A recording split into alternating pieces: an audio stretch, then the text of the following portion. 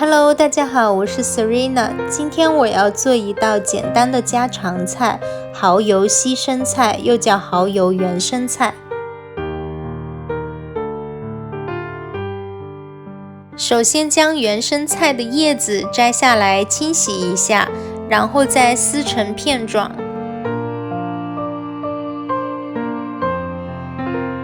如果想节约时间，也可以撕得大块一点，不需要像我这样撕成小片。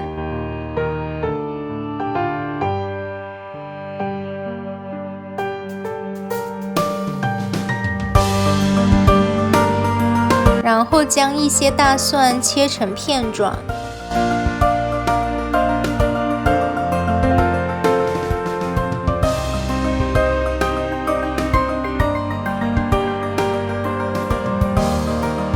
将大蒜加入锅中，加入食用油，开大火。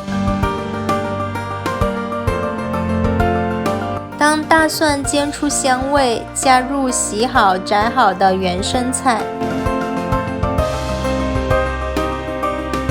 翻炒一下，这样才不会让底部的原生菜受热过多。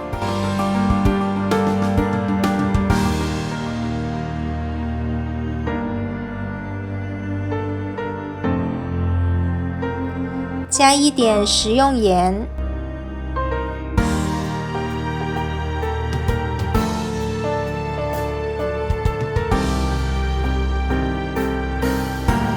翻炒均匀，让原生菜充分的入味。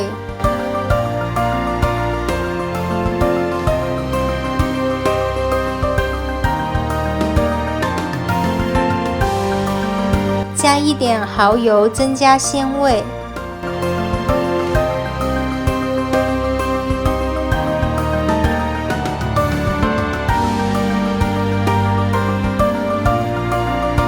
翻炒均匀，让西生菜充分地吸收蚝油的味道。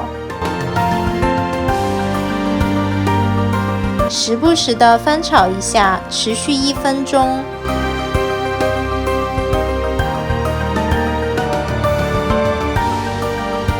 1分钟的翻炒让西生菜变软，但又不会太软，这时候就可以关火盛出锅了。